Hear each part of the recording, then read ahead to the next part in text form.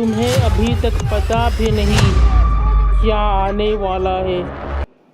ये वर्ड्स एक रैंडम आदमी के नहीं है, ये कह रहे हैं ओपन एआई के एक साइंटिस्ट जो जीपीटी जैसे एआई मॉडल्स बनाने में काम कर चुके हैं और अब वो खुद डर रहे हैं।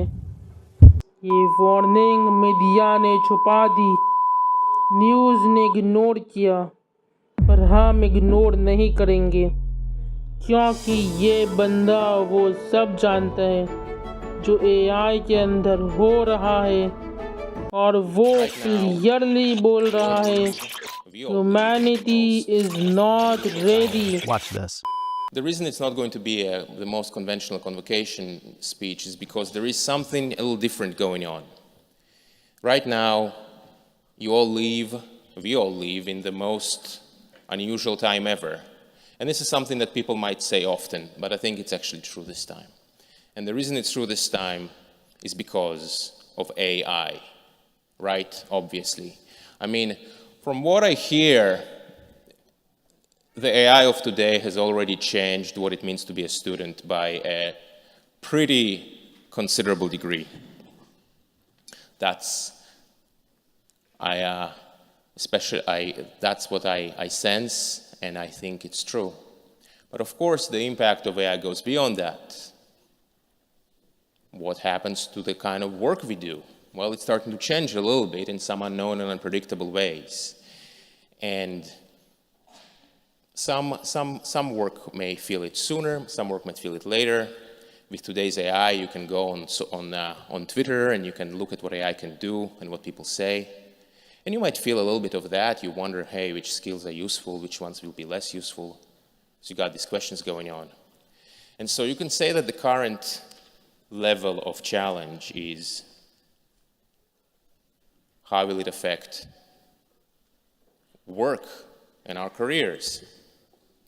But the real challenge with AI is that it's really unprecedented and really extreme, and it's going to be very different in the future compared to the way it is today. Like, we've all seen AI, we've all spoken to a computer, and a computer has spoken back to us, which is a new thing. Computers would not do this in the past, but now they do. So you speak to a computer, and it understands you, and it speaks back to you, and it also does it in voice, and it writes some code. It's pretty crazy. But there are so many things it cannot do as well, and it's so deficient. So you can say it still needs to catch up on a lot of things. But it's evocative. It's good enough that you can ask yourself, you could imagine, okay, fine. In some number of years, some people say it's in 3, some people say it's in 5, 10, numbers are being thrown around. It's a bit hard to predict the future. But slowly but surely, or maybe not so slowly, AI will keep getting better. And the day will come when AI will do all the things that we can do. Not just some of them, but all of them. Anything which I can learn, anything which any one of you can learn, the AI could do as well. How do we know this, by the way? How can I be so sure? How can I be so sure of that? The reason is that all of us have a brain, and the brain is a biological computer. That's why. We have a brain, the brain is a biological computer. So why can't a digital computer, a digital brain, do the same things? This is the one-sentence summary for why AI will be able to do all those things. Because we have a brain, and the brain is a biological computer. And so you can start asking yourselves, what's going to happen? What's going to happen when computers can do all of our jobs, right? Those are really big questions. Those are dramatic questions.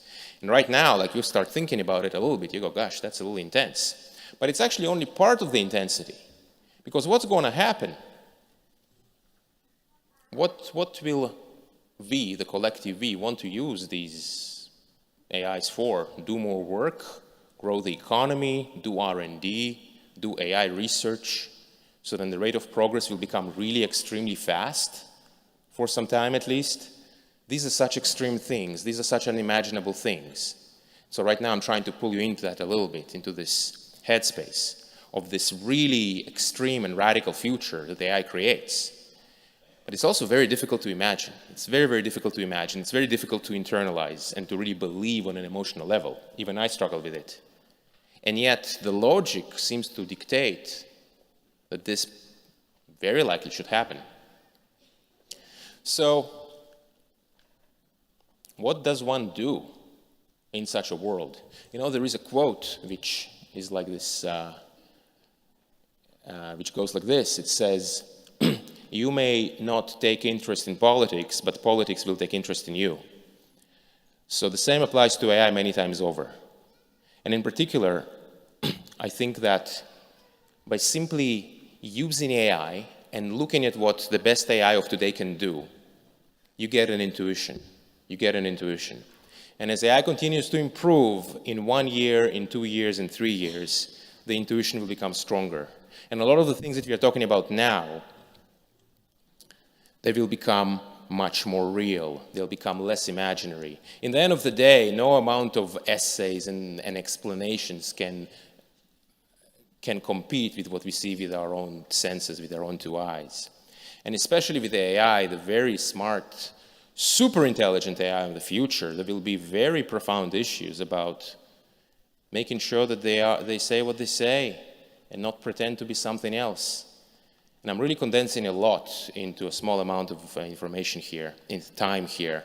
But overall, by simply looking at what AI can do, not ignoring it, when the time comes, that will generate the energy that's required to overcome the huge challenge that AI will pose. And the challenge that AI poses, in some sense, is the greatest challenge of humanity ever. And overcoming it will also bring the greatest reward. And in some sense, whether you like it or not, your life is going to be affected by AI to a great extent. And so looking at it, paying attention, and then generating the energy to solve the problems that will come up, that's going to be the main. इसलिए हमने बनाया है the compliant, एक movement जो बताता है कौन सी AI system तुम्हें अफेक्ट कर रही है, कौन से डिसीजंस बिहाइंड द सीन्स हो रहे हैं, कौन से पॉलिसीज तुम्हारे नाम पे लिखे जा रहे हैं बिना तुम्हें बताए। ज्वाइन करो, सब्सक्राइब करो, सबसे इम्पोर्टेंट शेयर करो इस वीडियो को जब तक दुनिया जाग ना जाए।